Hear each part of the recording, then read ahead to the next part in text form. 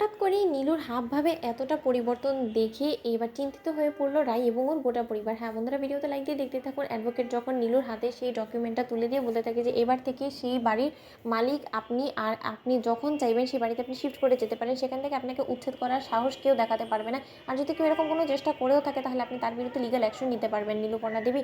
অন্যদিকে নীলু বলতে থাকে যে এটাই তো এত দিন ধরে আমি চেয়েছিলাম, আর অবশেষে সেই দিন আমার জীবনে এলো। এবার দিদিভাই আমি দেখব যে আমাকে সেখান থেকে তুই কী করে উচ্ছেদ করিস, কারণ যখন কিনা তুই জানতে পারবি যে তোর শ্বশুরবাড়িতেই আমি ডেরা বেঁধে বসেছি, সেখান থেকে তো তুই যে কোনো মূল্যে আমাকে উচ্ছেদ করার চেষ্টা করবি, কিন্তু তোর কোনো চেষ্টাই যে আর কাজে দিবে না সেটা তো তুই এখনও পর্যন্ত জানিস না। কিন্তু যখন তুই জানতে পারবি তখন যে তোর চেহারার রিয়াকশানটা ঠিক কীরকম হবে সেটা দেখার জন্য এবার আমার অপেক্ষা রইল।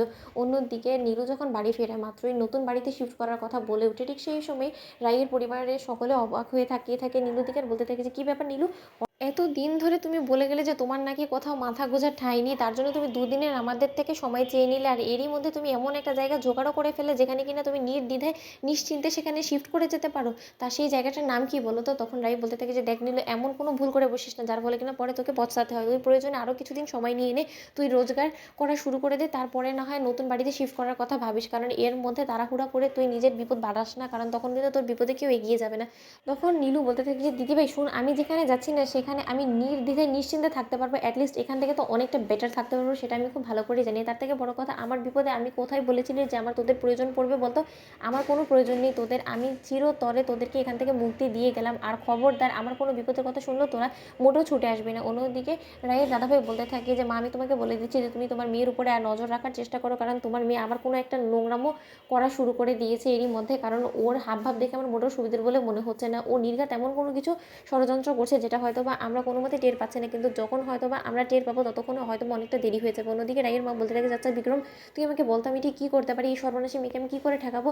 ও হঠাৎ করে কোথার থেকে নতুন একটা অ্যাপার্টমেন্ট জোর করলো, আমি তো সেটাই বুঝতে পারছি না। এমন কোন চাকরি ও নতুন করে নিল যে যার ফলে কিনা ওর চাকরির প্রথম দিনই ওকে এরকম একটা অ্যাপার্টমেন্ট গিফট করে দিল ওর বস বলতো? তখন রাই বলতে থাকে যে না মা, এত সহজে বিষয়টাকে আমাদের হেলাছেলাভাবে নিলে কোনোমতেই চলবে না। এমন কোন চাকরিটা ও নিয়েছে সেটা আমাদেরকে আগে খুঁটিয়ে বার করতে হবে, আর সেই চাকরির মূল উৎসটা কী, আর ও কোথা থেকেই বা এতগুলো টাকা পেলো যেখান থেকে কিনা ও এরকম একটা অ্যাপার্টমেন্ট কিনে ফেললো, সেটাও আমাদেরকে আগে বুঝতে হবে। নয়তো বা দেখা যাবে ওর একটা ভুলের কারণে আমাদের সকলকে মাসুল দিতে হতে পারে, হয়তো বা কোনো একদিন পুলিশ এসে আমাদের সকলকে কোমরে দড়ি দিয়ে হাজতবাস করানোর জন্য থানায় তুলে নিয়ে যাবে। অন্যদিকে রায়ের দাদাভাই বলতে থাকে যে সেই দিন যদি আসে সত্যকার অর্থে মা আমি তোমাকে বলে দিচ্ছি তোমার মেয়েকে আমি জ্যান্ত পুঁতে রেখে দেবো, কারণ রাই আমি তোকে বারবার করে সাবধান করেছিলাম যে সর্বনাশী মেয়েকে তুই এ বাড়িতে থাকার জন্য মোটেও প্রশ্রয় দিস না, কিন্তু তুই বারবার করে সে একই ভুল করে আমার কাছ থেকে ওর জন্য সময় চেয়ে চেয়ে নিয়েছিস। এবার আমি দেখবো যে তুই কী করে ওকে বিপদের হাত থেকে রক্ষা করিস। তো কিন্তু ভিডিওর ভালো লাইক এবং শেয়ার করতে ভুলো না।